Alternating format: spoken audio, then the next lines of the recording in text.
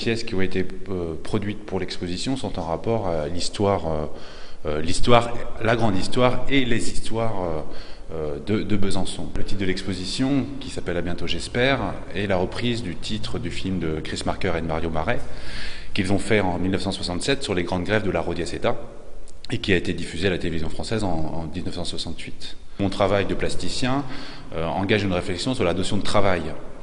Et donc la notion de travail, c'est à la fois des gestes et du corps en travail, mais c'est aussi des volontés d'émancipation de la masse ouvrière et aussi de la société. Dans les revendications sociales des ouvriers, il y avait comme ça mélangé aussi une volonté de revendication d'émancipation culturelle. Et d'ailleurs, une des autres parties qui est aussi liée à l'exposition, c'est la création de la bibliothèque à l'intérieur de l'usine Rodiaceta.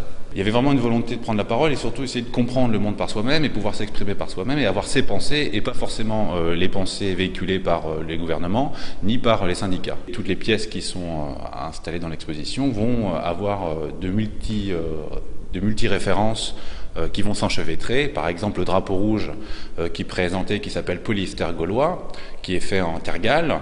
Et donc le polyester gaulois, le tergale, c'est la contraction du polyester gaulois, comme si c'était un tissu national, de production nationale. Et ce polyester, c'est ce qui a été fabriqué dans l'usine Rodiaceta dans les années 70. Benjamin Sabatier est venu me voir en fait début d'année suite à l'invitation de Laurent Devez à l'école d'art autour de la question d'art et entreprise, qui est devenue maintenant contrat social et qui est une réflexion sur justement l'investissement social des artistes, le rapport à la société, à l'entreprise. Et donc Benjamin est venu me voir au Pavé dans la Mare en me disant voilà, moi je veux travailler sur la question sociale et sur l'esthétique de la lutte, on va dire, autour de la Rodiaceta. Ce titre, Je déballe ma bibliothèque, c'est la reprise du livre de Walter Benjamin, Je déballe ma bibliothèque par Walter Benjamin, qui est une description de tous les livres qu'il avait lus. Et je trouvais de mettre à distance justement cette référence à mettre en avant Paul Seb à l'intérieur de ça, c'était assez important pour moi. Voilà. Et du coup, c'est très contextuel et très lié à la ville de Besançon. Alors IBK, c'est un logo, c'est un concept aussi, qui est très lié au concept de do it yourself. Donc la question de l'éducation populaire est très importante, en tout cas pour moi, et aussi la question de l'auto-apprentissage. Voilà, faire les choses par soi-même. D'ailleurs, c'est une vue assez qui est issue des utopies hippies des années 70, qui est savoir fabriquer sa maison, se fabriquer ses vêtements, qui est quasiment anti-économique. Enfin, il y a un rapport forcément très fort à la question de l'économie. Et donc j'ai créé ce concept, IBK, qui signifie International Benjamin Skit, en référence à l'IKB de Yves Klein, qui était l'un des artistes qui a le premier créé une marque et qui l'a déposée à l'INPI. Et en même temps, c'est une référence flagrante à la grande firme suédoise qui est IKEA.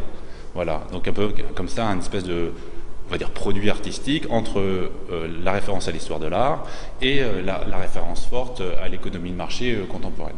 Et donc ce concept, c'est véhiculer des œuvres d'art sous forme de kits qui sont à fabriquer par le collectionneur client directement chez soi, in situ, sur les murs. Le travail, en tout cas l'installation in situ qui est à fabriquer par le collectionneur, c'est une phrase qui est issue d'un graffiti que l'on trouve... c'est un graffiti situationniste que Guy Debord d'ailleurs a récupéré en disant qu'il était de lui. Alors ça par exemple on ne sait pas, c'est encore une histoire de la légende, et c'est marqué ne travaillez jamais. Et je trouvais ça déjà dès le départ assez intéressant que le terme de ne travaillez jamais soit écrit sur le mur et qu'on doive planter plus de 1500 clous pour pouvoir le produire.